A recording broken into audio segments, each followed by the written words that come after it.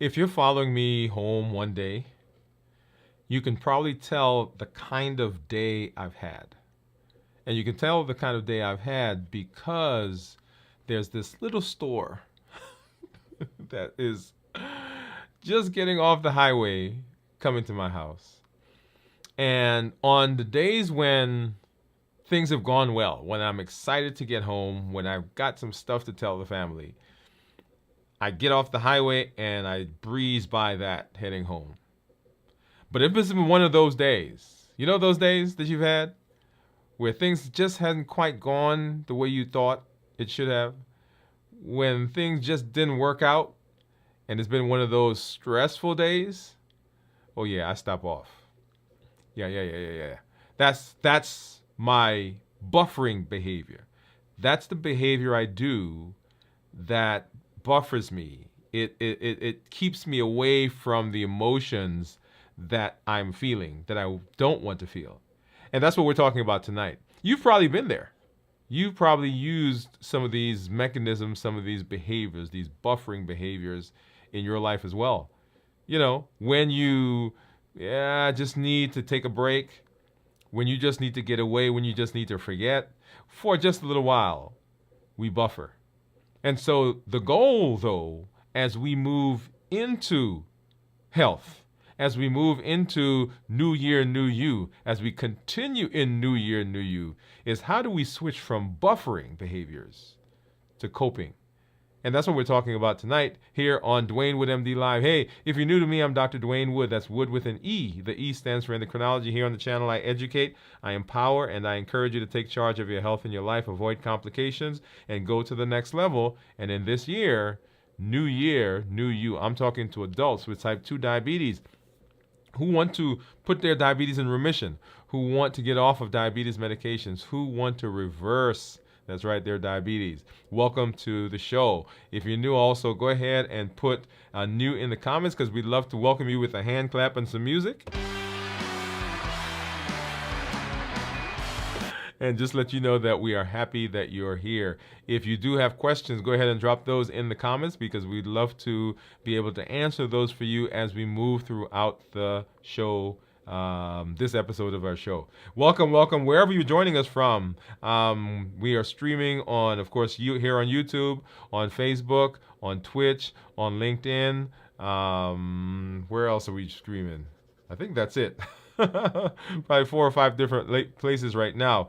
If you know somebody who needs to be here, go ahead and send them the link. Let them know, hey, you got to come over and hang out with us here on Dwain Woode MD Live. Let's hop over and let's say hello to some of our community members that I see out there. Let's see. Of course, we had Teresa come in and she said, hey, Doctor and everyone. Teresa, glad that you're here. Thank you for hanging out with us. And then I saw Steve and Pamela who were here even before the show started. So thank you guys for joining us as well. Okay. And let me just say this at the beginning of the show. The last couple of shows we've had, our stream has been interrupted. So I apologize for that. If that happens again, we will continue going and then we'll post that stream. I do love the interaction that we have. We've been having some technical issues and we're working on that. But for now, hey, I'm glad that you're here. So if that happens, don't just disregard it. The stream is coming out. We'll keep going and then we'll post that as we get later into the evening. All right. Okay, so as you know how we do, right? So I've got some things that we're going to take a look at. I've got my monitors that are off to the side.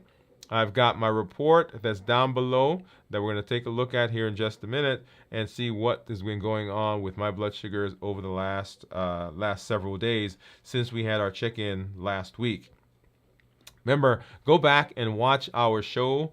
Our last show was getting into how can we ensure that we are setting ourselves up for success as we move into the final stretch of the year, right? As we get into this season, but also how do we set ourselves up for success in the long term?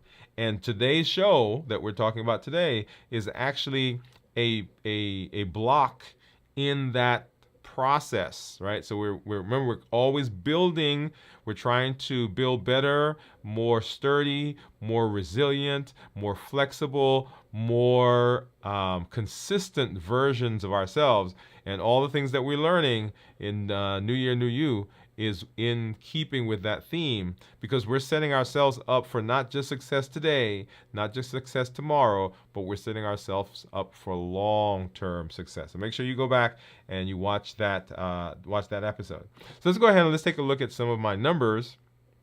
And you'll see there my blood sugar, my glucose is on the Libre on your screen, and that is my Libre 3, and it says 123.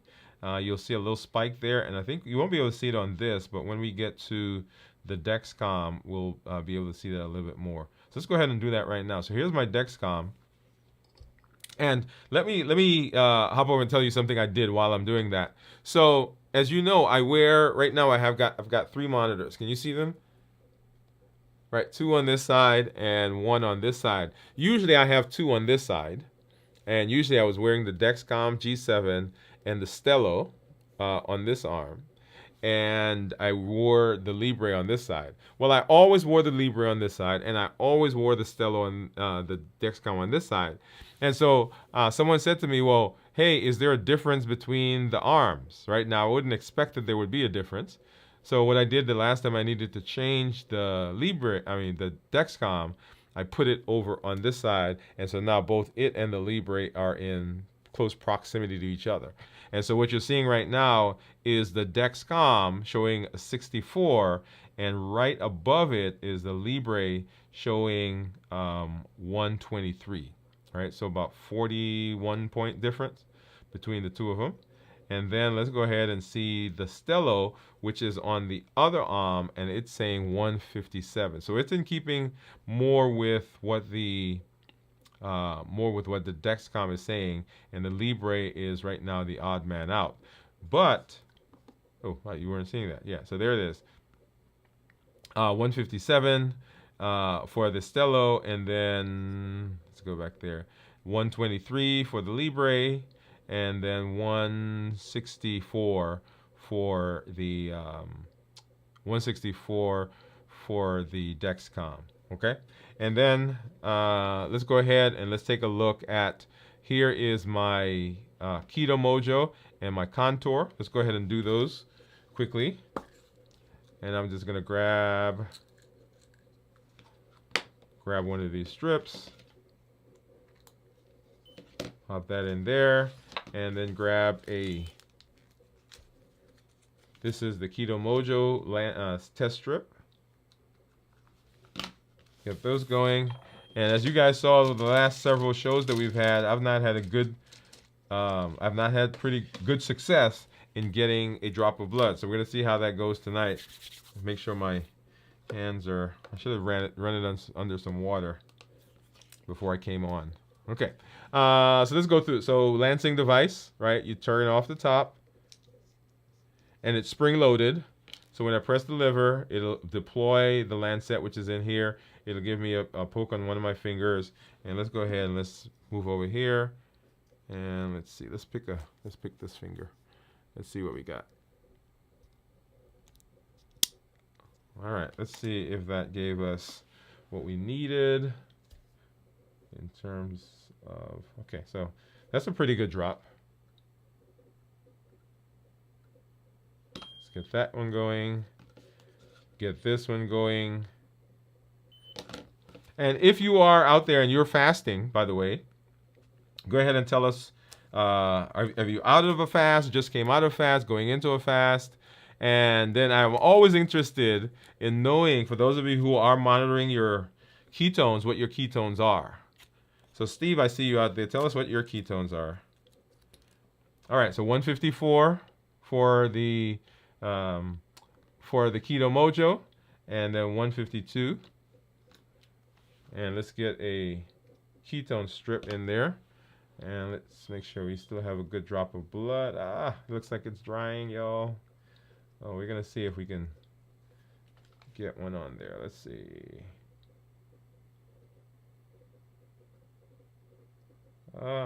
Nope. I think that dried too much. Oops. All right, so I'm gonna have to get another strip. That's what I get for talking. See how quickly that dries, by the way?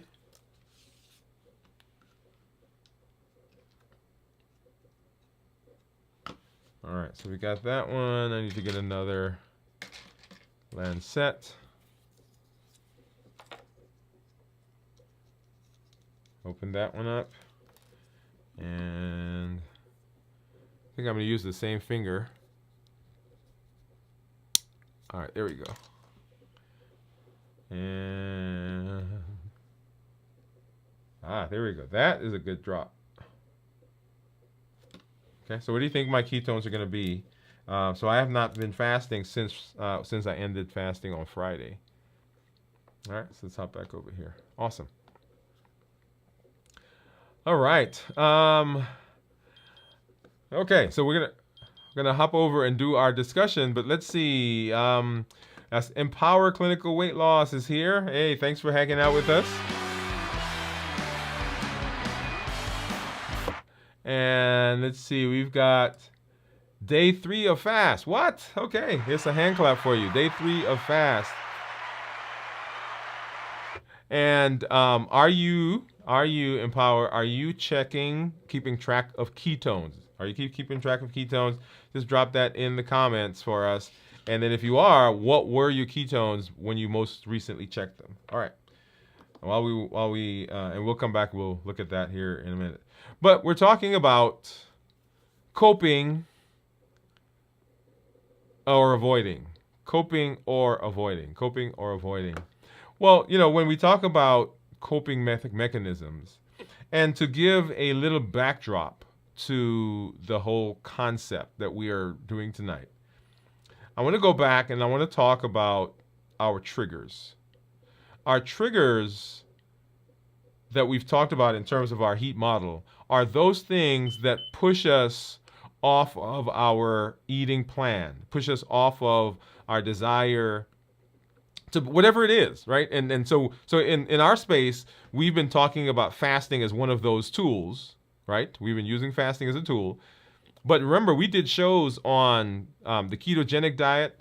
We've done shows on the Mediterranean and paleo and low carb. We've done shows on different methods of fasting. So whatever the eating plan that you have, it counts, right? In terms of things that push us off of it. You may not particularly be on an eating plan, but you are trying to,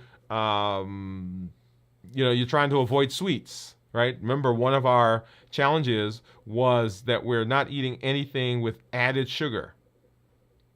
You may be decided that you wanted to have a meal or create a eating plan that's low in fat or low in whatever it is that you have.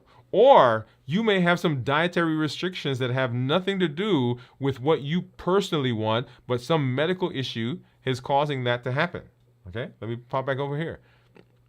So we have people who are allergic to peanuts, people who have celiac disease, people who are allergic to wheat and dairy. And so there are all these things that are there. And so you personally may have something that is requiring you to eat in a certain way. Okay, so let's start there. And because there are some things that you are not eating, there are triggers that potentially can push you in a direction to eat something that you say you're not going to eat. Whether that's for a medical reason, a health reason, or you're following along with us, New Year, New You, or you just have decided to be healthy and you're making some changes. Everybody got that so far? So whatever it is, the heat model applies to you, because there are things that you are going to want to eat simply because of habit. If you used to eat them and you now have decided not to eat them, or you used to eat them and then the doctor said, hey, because of a disease process, you can't eat them, whether it's an allergy, or hey, you should avoid them as much as you possibly can, you're still going to want to eat those things because of habit, because you're used to eating them. Other people around you are eating them. There are social cues that will push you to eat them. There are commercials that are there that will trigger you to want to eat them. Habits. emotions. When we get tired and frustrated and bored and on and on and on, then those emotions will push through some of the decisions we've made. I was talking to somebody today in the office, and they were asking me, why is it that some people don't have good success with things like Mounjaro and Ozempic and Wegovy and Zepbound and all of those weight management medications that are out there? Why is it that they don't have success? And so as you begin talking to people, you'll find that a lot of people are not having success. Not all of them. A lot of people are not having success because they're still eating. They're like, well, that doesn't work for me. Everybody, my friend said, my cousin said, my sister said, my mama said, my brother said, everybody says that it works for them. It suppresses their appetite, but it doesn't suppress my appetite. And the answer that we're asking is why? Why is it not suppressing your appetite? What is going on with your appetite? What is stimulating your appetite? What is the thing that is the supercharging your appetite, that desire, that craving, that desire for food is pushing through what the medication does? Those emotions. And then the access, there's things around us. We eat because of sight. We see things there. Oh, I'm going to eat that. Not because we're hungry. And matter of fact, I was coming tonight to talk about the coping mechanisms. And I was at the hospital. And just as I was preparing to, wrapping up the afternoon, I've got a consult. Well, I got a consult earlier. And then I got another consult. And then I got another consult. And then I got another consult. And I'm thinking, okay, so I've got to go see these consults and then leave early and then get home, get ready for the show and all those things. So all that's going in my mind. So I went down to the hospital to see the consult. And as I was walking to the room to go see one of the patients, I noticed that the cafeteria was open. I'm not hungry, y'all. We just ate lunch like 3 hours ago. And I stopped in and I was going to grab one of my trusty teas, right? That was my plan. And when I got in there, I saw, hey, wait a minute. They're serving food, okay? And let me see. I'm going to show you. I'm going to come back to this screen and show this to you. Look at this. So look at that. Look right there. All right, see there? 140. And so I said, hey, let me get something to eat. So I got a couple of chicken fingers. And look at that right there. And that had nothing to do with hunger. But what do you think was going on? What do you think was happening in my head? What do you think was going on in my mind? Right? I was fighting the emotion and I was fighting the access. And then, of course, we eat because of taste. So why do we eat? And so the question is, are you coping or are you avoiding? Right? Are you coping or are you avoiding? So how do you handle stress? How do you personally handle stress? How do you handle anxiety?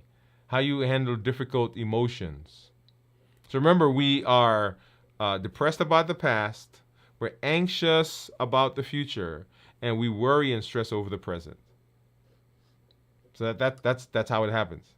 And so how do you handle those emotions? Because a big component of the HEAT model is those are emotions. And we buffer, and we'll talk about what buffering means. I keep throwing that word out. What does buffering mean? But we turn to distractions like food. Food is the last socially acceptable vice. Right? So we turn to food. We turn to TV. I can't tell you the number of times that I'm trying to get out of my head and I'm trying to, basically veg out, and I'll put something on, or I'll grab my phone and I'll go on and look at something on Netflix. What am I doing? I'm avoiding. So today, I want to explore how do we start coping effectively. So let's talk. So buffering. What are buffering behaviors? Buffering of behaviors are behaviors that help us avoid uncomfortable emotions or stress through distractions. Right? They distract us. They distract us. So we're not dealing with the emotion. We're not dealing with the thing itself, but we're just taking our mind off of it. Now, one of the things that we'll see is that some buffering behaviors fall into both categories of buffering and also coping, and it all depends on what we're using it, how we're using it, and what our intention is. Right? So examples of buffering behavior: emotional eating. So that's what I did today as I walked by the cafeteria, walked into the cafeteria, got those chicken fingers. Right? Emotional eating. We binge watch. So you get our phone and we just kind of begin scrolling. Or we sit and we watch, a whole series of whatever it is. Those are buffering behaviors. So why do we buffer? Because buffering provides short-term relief from emotional discomfort. We don't like to feel discomfort. And so we use buffering as a way of getting by or getting around that. Now, here's a point. I guess let me pause and make a couple of comments. So we're going to be talking about behaviors. We're going to be talking about mechanisms. We're going to be talking about a protocol for being able to switch from buffering to coping. Right? So how do we make that switch? But one of the things to understand, and one of the things that we have got to learn, is that it is okay to be uncomfortable and not need to get out of the discomfort. Oh, what are you saying? What are you saying, Dr. Woode? So let me go through that again. So we buffer because we don't want to feel. That is uncomfortable. That is whatever it is, right? Lonely, tired, frustrated, mad, glad, whatever it is. We don't want to feel that.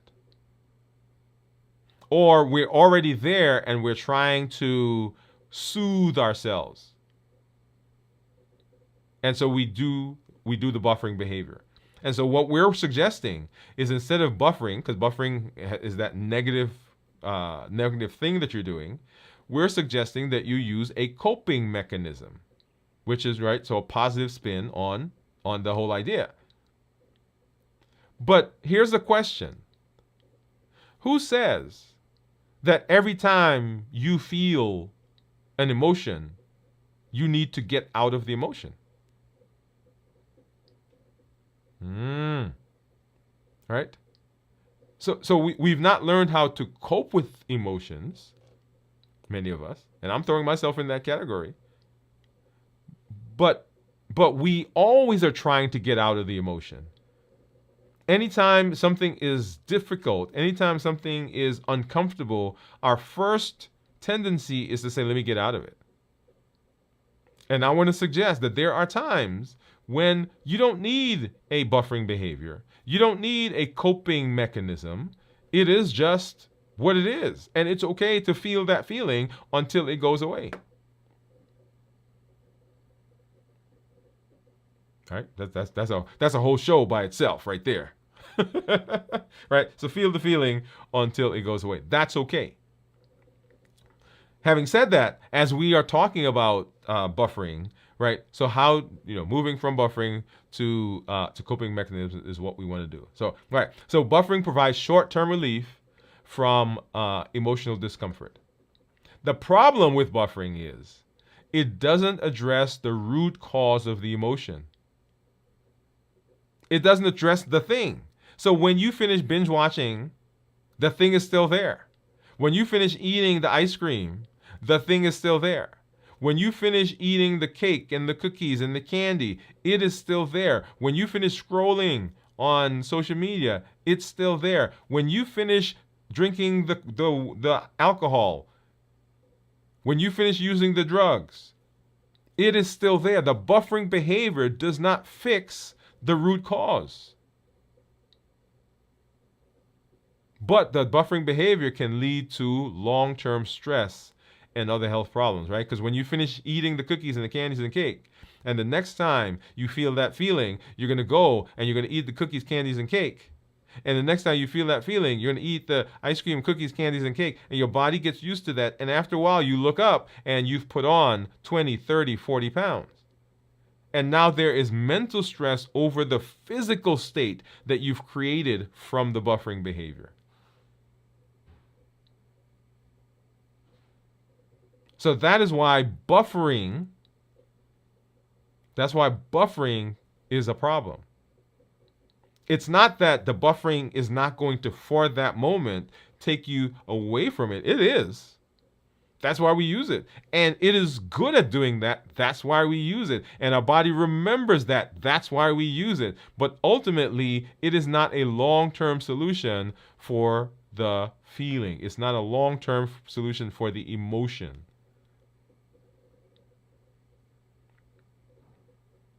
So what are coping mechanisms? Well, coping mechanisms are strategies to process and manage emotions constructively. So as we said, buffering behaviors are those behaviors that manage it for the moment, but they don't actually deal with the situation. Coping mechanisms, on the other hand, allow you to put processes in place where you're managing that emotion that you're feeling. Buffering avoids it. Say, I don't want to think about being mad. I don't want to think about being depressed. I don't want to think about being stressed. I don't want to think about being anxious. I don't want to think about it. Just take it out of my mind. Coping, on the other hand, says, no, let's deal with it. Let's find a good way of dealing with it. Examples of coping mechanism: mindfulness, right? And we've talked about mindfulness in this space. We'll come back and we'll do it again. Journaling is another coping mechanism. Deep breathing exercises.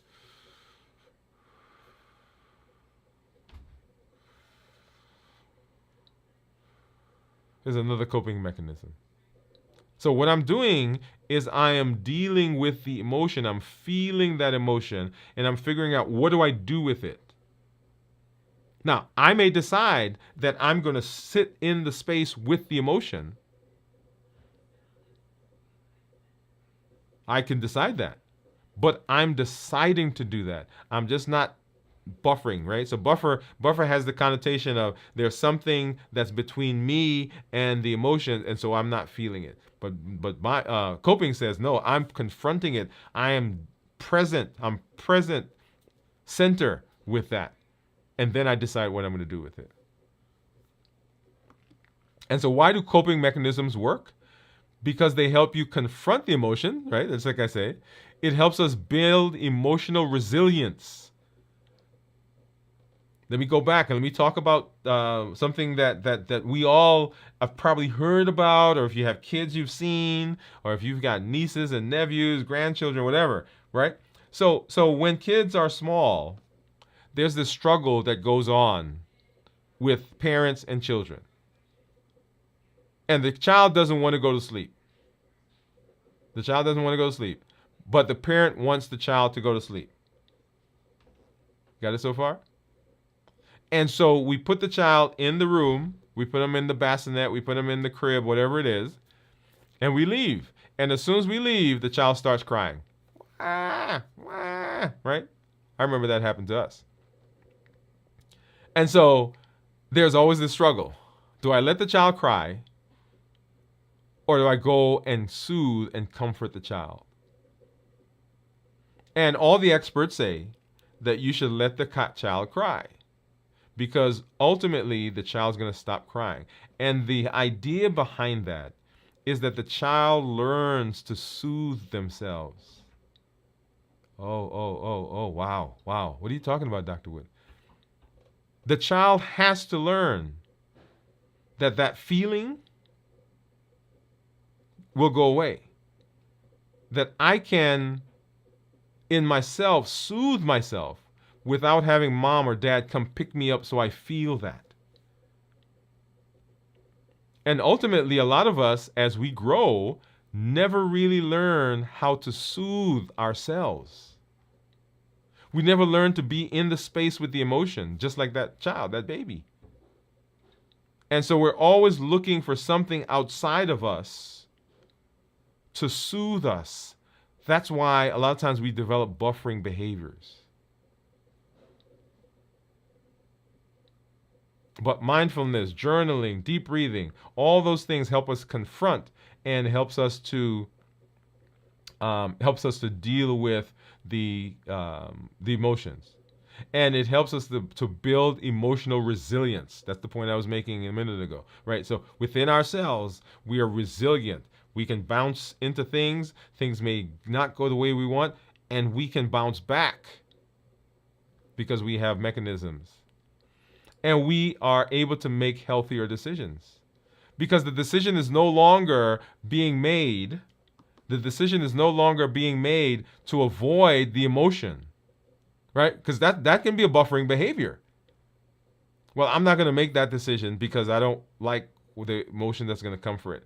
Oh, I'm not going to deal with that. I'm not going to talk about that. I'm not going to venture in that area. I'm not going to get that degree. I'm not going to open the business. I'm not going to start the podcast. I'm not going to write the book. I'm not going to run for office. I'm not going to get on the committee because I don't have the capacity. I don't have the resources. I don't have the tools to deal with the emotions that come from whatever situation comes up in that space. So I'm going to avoid the space.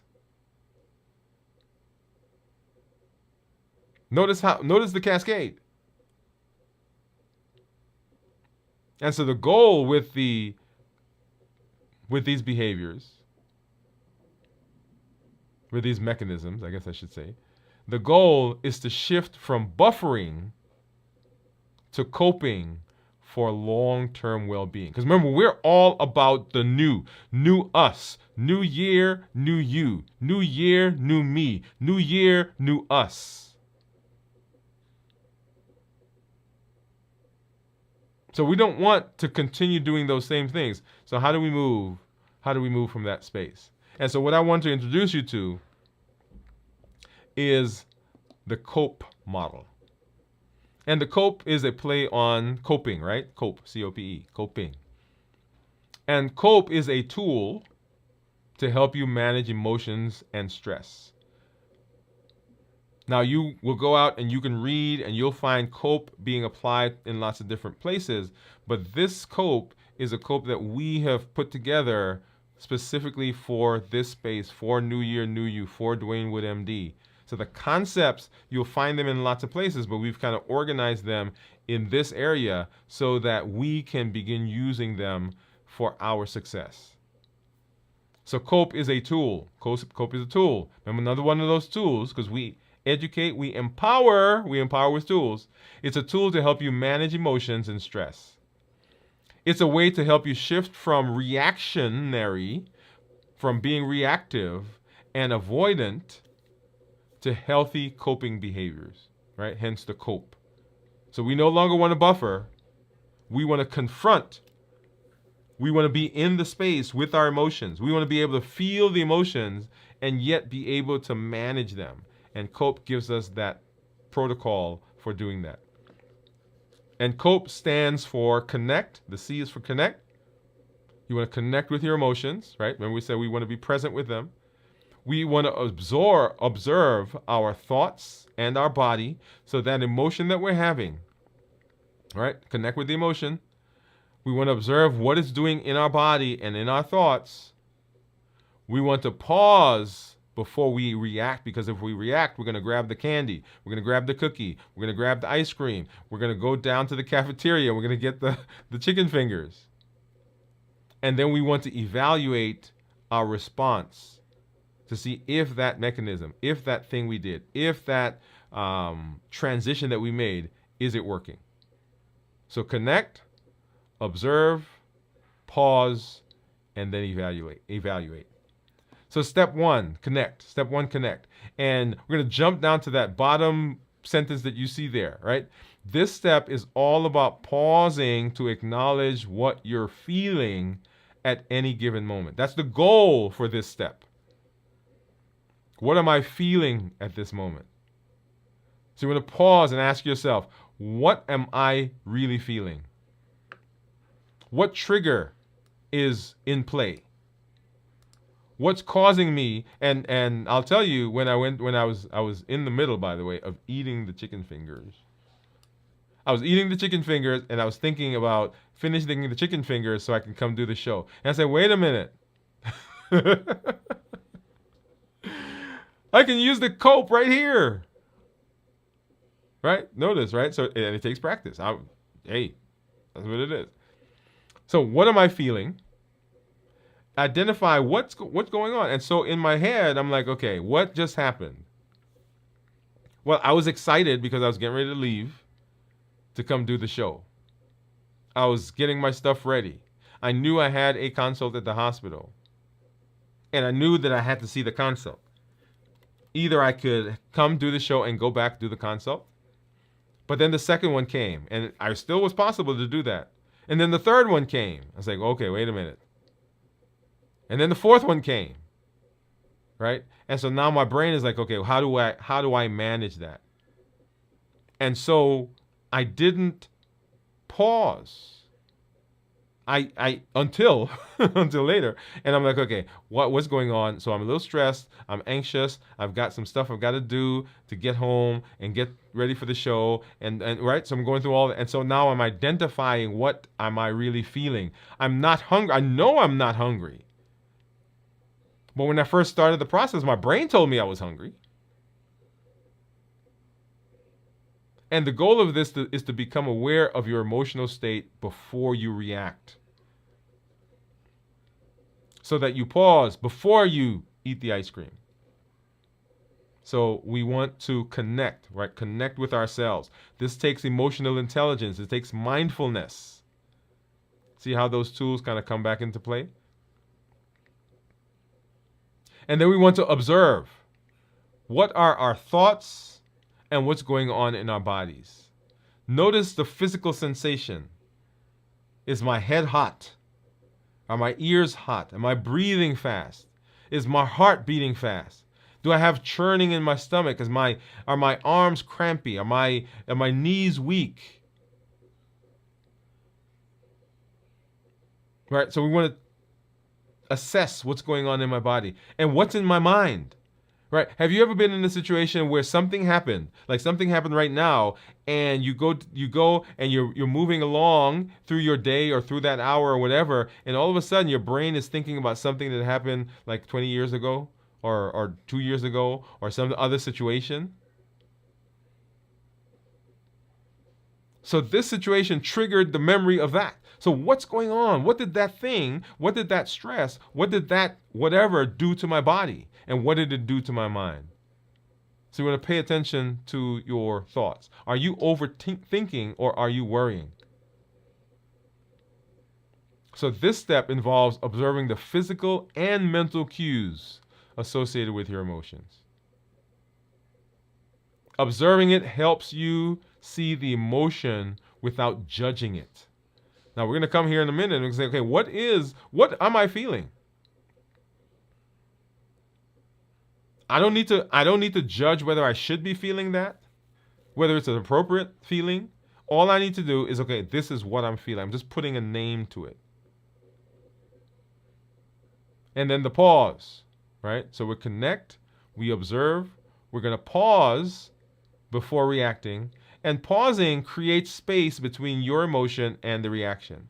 Often emotion happens, reaction occurs. Emotion happens, we go to the reaction. Emotions happens, and it's an automatic process that we get to the reaction.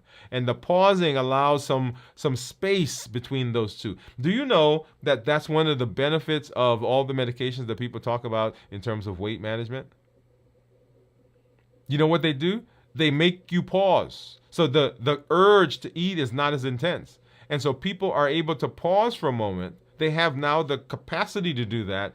And often they make the decision not to eat.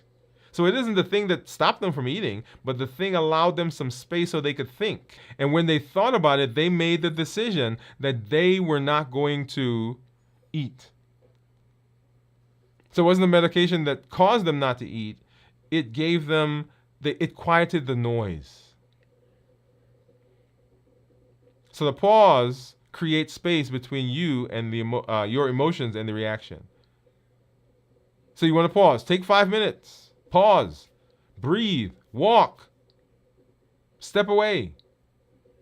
Right? They say count to 5. You've kind of heard that. And the whole idea behind those types of behaviors is we're counting, and what we're doing is we're giving ourselves space. And the goal is to interrupt the automatic reactions and choose a healthier response. Because if we react, we're choosing a buffering behavior.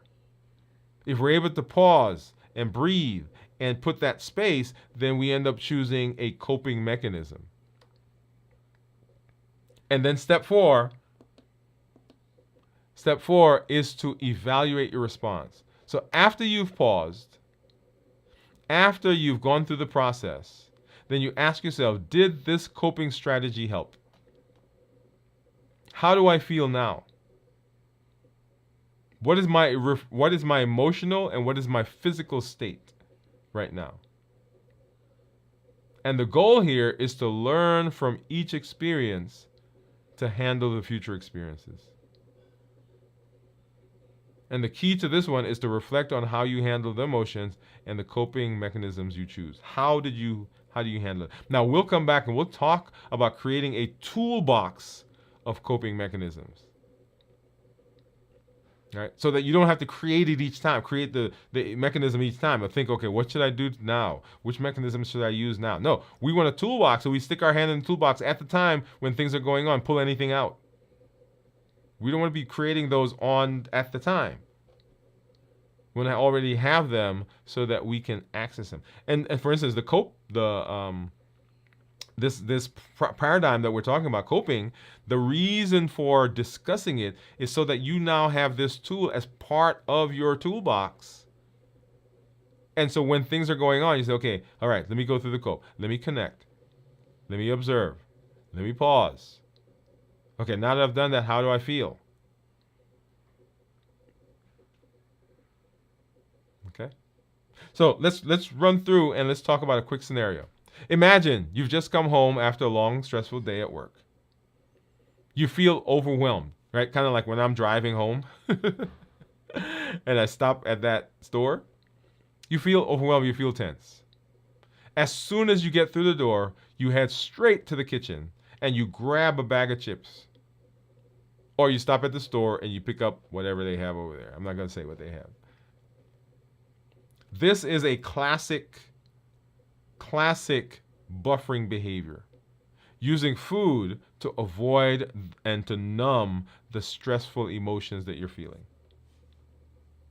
Right? You've probably been there. You've done it before. We've all done it. And so the question is, how do we apply the COPE principle to this? So step one is connect. So connect with your emotions. So instead of immediately grabbing the chips, you stop and you ask yourself, okay, what am I really feeling? I'm not hungry because I wasn't hungry. Right? Recognize that you're feeling stressed and overwhelmed from your workday. It's not hunger. Ask, is this physical hunger or is this emotional? And often we'll come up with, okay, this is emotional. And this is where we've got to also understand. So go back and look at the shows where we talk about hunger versus our cravings. Because you got to understand that. So remember, frame shift. We're looking at our mind. How do we change what we think? So is this hunger, physical hunger, or is it emotional? What are the physical cues? You say, well, wait a minute. I'm not hungry because my stomach isn't growling. It hasn't been long since I ate my last meal. And the urge, you say, okay, it's emotional. It's not physical. So you connect. Next is you observe your thoughts and your body. What's happening in your body and your mind? Your shoulders are tense. There's a knot in your stomach. Right? But it's not stress, it's not hunger. Okay. Yeah, what's going on? Notice your thoughts. You realize that you're replaying that stressful conversation with your boss. And the more you play it, it's making you feel frustrated. It makes you feel anxious. Remember I asked you, have you ever been in a situation where something happened and you've gone past it only to have your brain go somewhere else? And you find yourself all of a sudden, we're replaying this or replaying that. So we connect, we observe, and then we pause. Now it's time to pause before you react. Instead of grabbing the chips, you take 5 minutes, you break, you step away from the kitchen, you take a few deep breaths, you do a simple breathing exercise. During that time, what you're doing is you're calming your mind, you're calming your body, you're allowing the urges to kind of subside.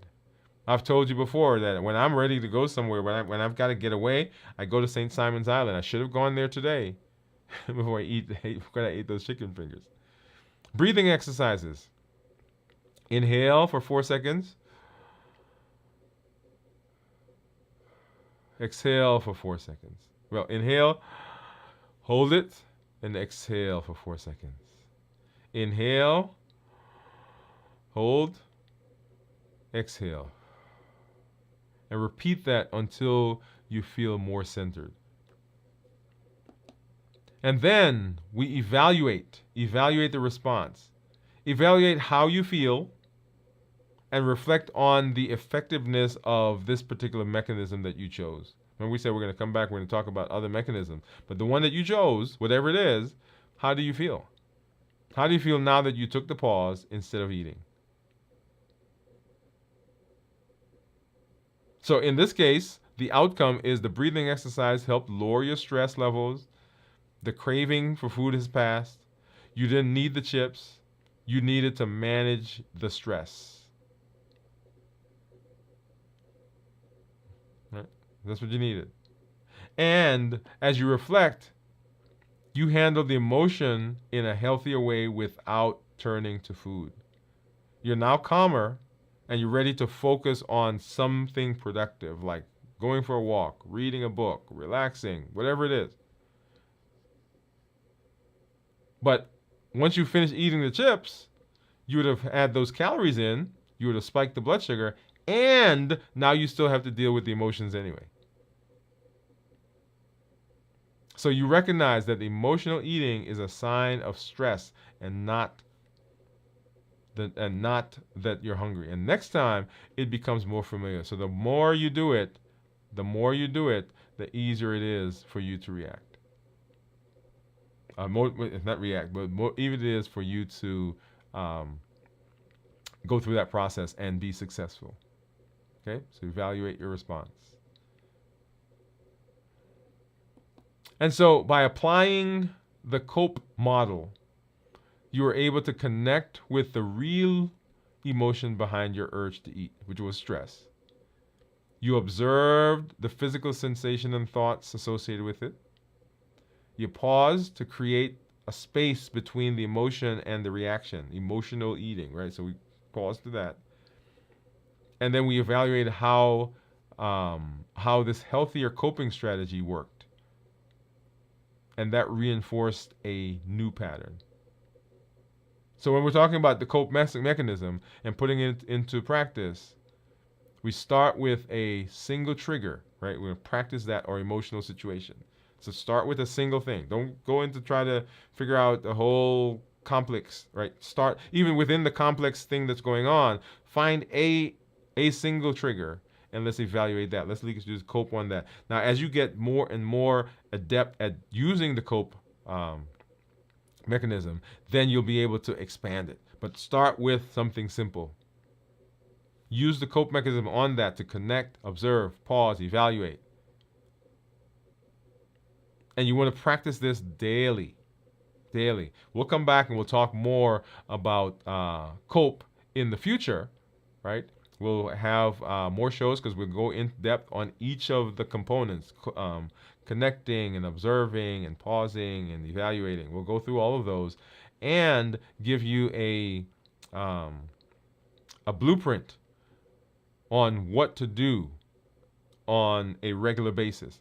But just quickly, let's go through that on a daily basis, right? A daily check-in. So morning, connect with your emotions. Figure out, okay, where am I? During the day, apply cope to stressful moments, right? Find a moment and apply cope to it. Now you may have several stressful moments, but find one, pick one, and let's say, okay, I'm using cope on this. In the evening, reflect on how you handled the emotion, and then track your progress with a cope journal.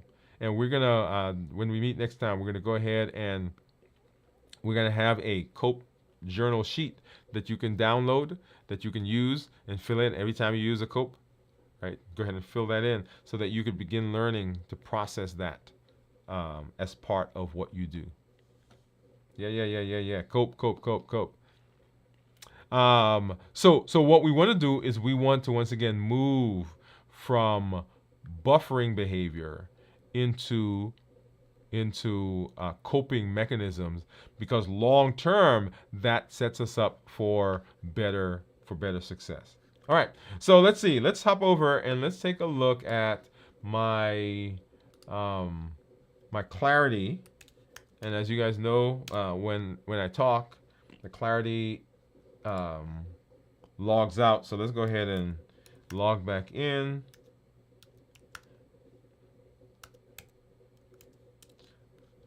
Let's log back in, and while that's coming up, okay. And then we'll come back and we'll take a look at what my blood sugar, or what my ketones are. All right, so you'll see on the screen, let's do this one. Yeah, here we go. Let's do this one. So you'll see on the screen there, this is my Dexcom Clarity. Let me turn my mouse on so you guys can, so I can point. And you see my average blood sugar over the last 2 weeks is 130. I've been in target 91% of the time. And that target is 70 to 180. If I change this from 14 days to 90 days, that should be 135 or something like that. 133. All right, I'm in target, okay, 86% of the time, so that hasn't changed. And it says that my glucose management indicator is 6.5. And so the glucose management indicator is the surrogate for what my A1C would be. So if I got an A1C now, then it's estimating that that's what it would be. If I look at my daily graphs, so we can see what my blood sugars have been doing over the last several days. So I stopped fasting, so Friday evening, right in here somewhere. And you saw the blood sugars climbed up. And then Saturday morning, we got up to 140s, 150s, 160s, 120s to 130s, 160s. And the bottom graph, that's the Stello. And the top graph that you're seeing there, that's the Dexcom G7. And so we stayed in the 30s, 40s, according to the G7, 60s. Stello said that we were in the 30s, 40s maybe. And then in the evening, we started spiking up, and I don't remember what I ate. Probably nuts. And so we kind of went 180s, and then Sunday, blood sugars went down. And here you'll see that one graph, and this was because my Dexcom went out. I had one in my bag that I went out, and we were busy all day, so I didn't put it on. And so the Stella was still going. And then I came back and I put it on right here about 1 o'clock in the morning. And so you start to see two graphs again. Right? And then this is where we are right now. So that's my Dexcom Clarity. So let's hop over and let's take a look at my Keto Mojo. And let's go ahead and turn that Keto Mojo on. Boom, boom, boom. And let's go ahead and get it synced. So if you think you know what my, if you think you know what my ketones are going to be, go ahead and drop those in the comments. All right, let's see. So the drum roll. So my blood sugar is 154, and ketones are low. Okay. And so that should make sense with for you. Let's take a look at the graph. So the tan line, those are blood sugars, and the turquoise line, those are ketones. So as my blood sugar has gone up, the ketones have gone down. Blood sugar goes up, ketones go down. And that's because when blood sugars go up, insulin has to come out to treat those blood sugars, and insulin and ketones can't exist in the same space. So when we talk about ketones, ketones that are, like we go back to one of these other days, so ketones that are less than zero point 0.5 are considered normal. For instance, here, less than 0.5 is low, considered normal. 0.5 to 1.5 considered nutritional ketosis, and then above 1.5 is considered therapeutic ketosis. And so right now I'm in the normal range. And so my goal usually post fast is to kind of remain in ketosis as long as I can, and then I go through my regular day eating, like we normally eat, and then when I fast, then my ketones start going back down. Okay, awesome. All right. So that's our that is the process of moving from buffering to coping. So are you coping? COPE. COPE is the acronym for this model that we're using. Are you coping? COPE. And that stands for connect, observe, right? Pause, and evaluate. The coping mechanism. All right. And so remember that within our space, within your fingertips, within you is the ability to create your wellness destiny, to create your health destiny, to create your metabolic destiny. You have the ability to do that. You have unlimited ability to do that. And that comes through education, empowerment, and encouragement, which is our triple E formula for success here on the channel. We educate, we empower, and we encourage. We educate with the shows that we do. We empower with the tools that we learn, just like we learned the COPE mechanism tonight. That's another tool in your bag. And we encourage with the community that you are a part of. When you come to the community, we want to make sure that you are joining the challenges. And every month we have a challenge so that you can join us. And our challenge for this month, let me put that up, is to figure out what is one of your non-negotiables. Remember we talked about non-negotiable. Those are the things that you say, okay, I'm not getting around this. I'm not finding a way to avoid this. What is the one non-negotiable that you are putting in place for your health? What's a non-negotiable, right? So that for you it may be, I am not eating after a particular time, or I'm fasting on Tuesdays, or I am for this month not going to eat ice cream. Whatever it is, right? I want you to find that non-negotiable, and I want you to do that on a daily basis for this month. Okay? What is your non-negotiable? So that's one of the challenges for this month. And also, when you come to the show, show up, tell your story. Let us know how successful you are. Let us know where you are having good results in your weight, in your A1C, blood sugars, getting off of medication, being able to sleep better. All of those things we want to know, because we want to celebrate with you. And it encourages us, because now we know that if you can do it, then we can do it as well. If you're having challenges, let us know that as well, because we can rally around you as this community, and we can make sure that we are putting our arms around you, and you know that you're not alone, and we know that we're not alone, because the community is there to support us. And then invite someone to this space. Invite a friend, invite a family member, invite your brother, your sister, your mom, your physician. Let them know, hey, there's a space we can go where we can be metabolically successful. Send them a link. Say, hey, let's watch this together. Let's go through this series together. The New Year, New You series. It's ongoing. Come on. Right? Out on the channel, there's the playlist for all the shows we've done. And then, of course, there's the playlist for all the fasting that we've done. How to fast successfully. And then remember our pillars for reversing diabetes. We decrease insulin. we suppress the appetite and we reduce sugar. That is the crux of how we are being successful in our metabolic space. As always, y'all, I'm happy to be here to hang out with you.